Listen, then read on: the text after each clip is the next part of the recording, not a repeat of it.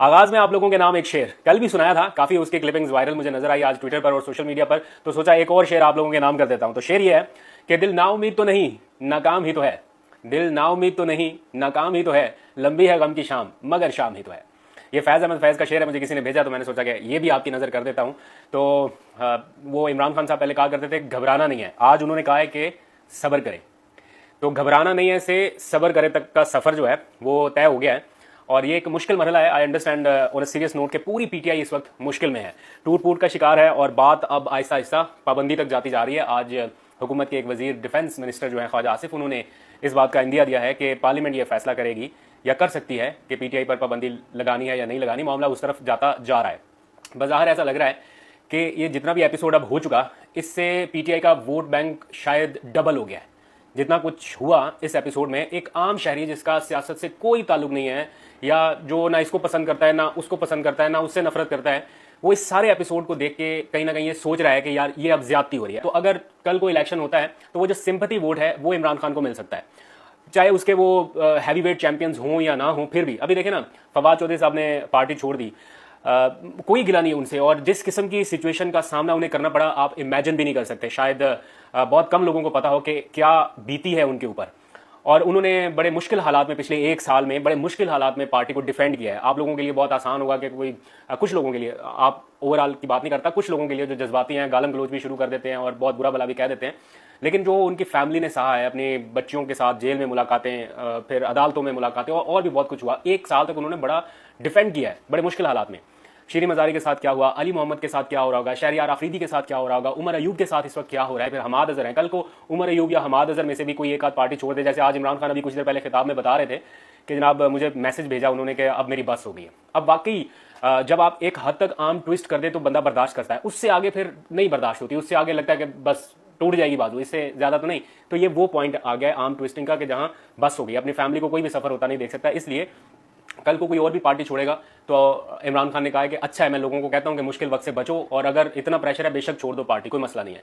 और शीरी मजारी को भी उन्होंने आज खराज तहसीन पेश किया। अब इस सारे मामले में हो क्या रहा है, असल में ये सारा एपिसोड क्यों हो रहा है, और इसके नतीजे में इमरान खान ने अब से कुछ देर पहले एक बहुत अहम खिताब करते हुए उसमें एक बड़ी जबरदस्त पेशकश की है, उसके ऊपर भी बात करनी है। वो जो उन्होंने मुज़ाकरात की जानिब एक नहीं दो कदम आगे बढ़ाए और कहा कि वो अपनी कमेटी सुबह अनाउंस करने वाले हैं जो कि जाके मुज़ाकरात करें, और बहुत अच्छी बात है, ये होना भी चाहिए। अभी जहांगीर तरीन एक्टिव हो रहे हैं और पार्टी में क्या हो रहा है, कौन कौन से लोगों के साथ कौन कौन लोग मिल रहे हैं, आगे चल के आपको बताना है। उन्हें ये जा रहा है कि जैसे मैंने आपको बताया कि बात अब पीटीआई पर पाबंदी की तरफ जाती जा रही है। अब ये भी तय करना है कि ये डोमेन पार्लियामेंट की है या नहीं, ये पार्लियामेंट डिसीजन कर सकती है नहीं, क्योंकि अल्टीमेट अथॉरिटी मैंने सुना है जहां तक कि वो सुप्रीम कोर्ट है। मैं कल इस बारे में जरा पूरा प्रोसेस जो है वो क्लियर समझ के आपको बताऊंगा कि कैसे हो सकता है सारा, लेकिन इस तरफ मामला जाता जा रहा है। अब जो पीटीआई के बचे कुछ लोग हैं उनके पास दो ही ऑप्शन है, या तो प्रेस कॉन्फ्रेंस है, प्रेस क्लब में जाएं, प्रेस कॉन्फ्रेंस करें, पीटीआई से अलहदगी का ऐलान करें और बेल ले लें, या फिर अगर प्रेस कॉन्फ्रेंस नहीं है तो बेल भी नहीं है, फिर बस जेल ही जेल है।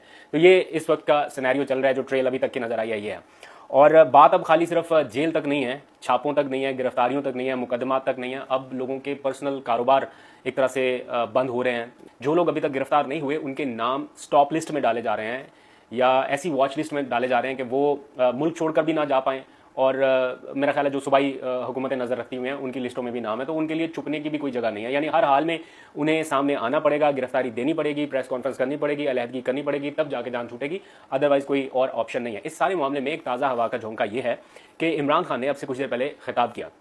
उस खिताब में उन्होंने अपनी पूरी तफसील सारी बताई कि ये नज़रिया नहीं ख़त्म हो सकता, वोट बैंक नहीं ख़त्म हो सकता, पार्टी नहीं ख़त्म हो सकती, मैं नए लोगों को मौका दूंगा, वो जीत जाएंगे, वॉट एवर जो उनका इस टाइम एक स्टांस है।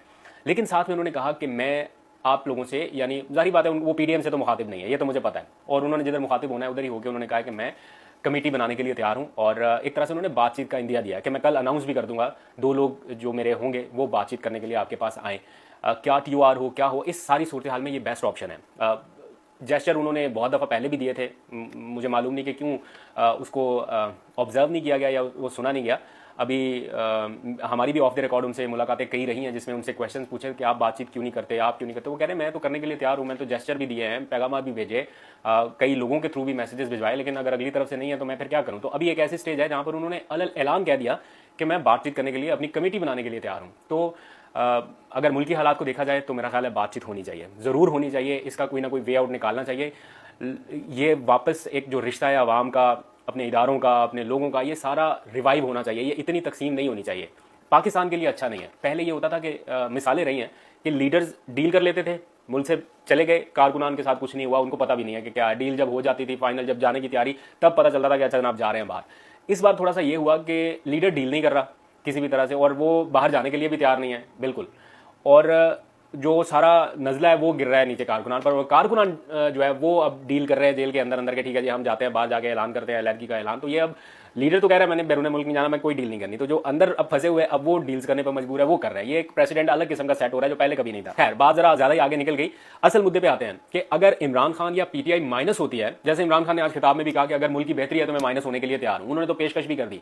अगर इमरान खान और पीटीआई माइनस होते हैं तो वे फॉरवर्ड क्या है, आगे बढ़ना क्या है? ये जो लोग हंसी खुशी आगे पार्टियां छोड़ के जा रहे हैं, इनको क्या तसल्ली दी गई है या इनको क्या कॉन्फिडेंस मिला है कि ये पार्टी की जो सियासत है वो भी करते रहेंगे और पीटीआई में भी नहीं रहेंगे? तो होने क्या जा रहा है? तो जो मैं अभी तक अंडरस्टैंड कर पाया हूं या जो मुझे ऐसा लगता है वो ये कि जहांगीर तरीन अचानक से बड़े, अचानक से नहीं खैर काफी टाइम से, लेकिन वो खामोशी से एक्टिव है, राब्ते कर रहे हैं लोगों के साथ। और मुझे ऐसा लगता है Jahangir Tareen plus Faisal Vawda plus Fawad Chaudhry plus minus Imran Khan, इस किस्म का कोई सिनेरियो में बिल्ड होता देख रहा हूं। इमरान खान की थोड़ी सी मैंने और बात करनी है। आज उन्होंने कहा कि कारकुनान से कि सब्र करें, मुश्किल वक्त है, मुझे मालूम है कि ये सारा कुछ क्यों कैसे हो रहा है, सारी उन्होंने डिटेल बताई, आपने यकीनन सुन लिया होगा।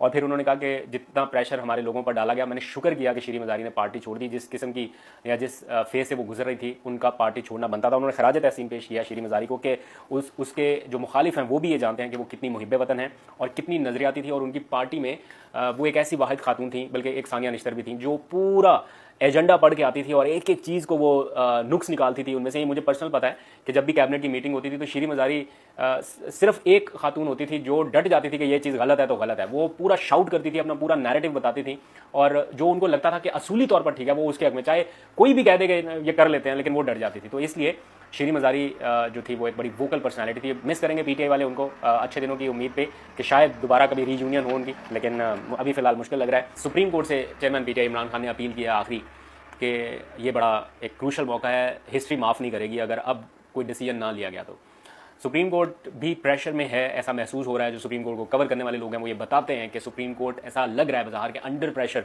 महसूस कर रही है खुद को, जजेस जो है, और वो फैसला देने में रिलक्टेंट है और लंबा खींच रहे हैं। मैंने कल भी बताया था कि वो इस फेज़ को निकालना चाहते हैं किसी तरह से, ये जो 5-10 दिन का फेज़ है मजीद, ये किसी तरह से गुजरे और वो फिर किसी कंक्लूजन पर पहुंचे।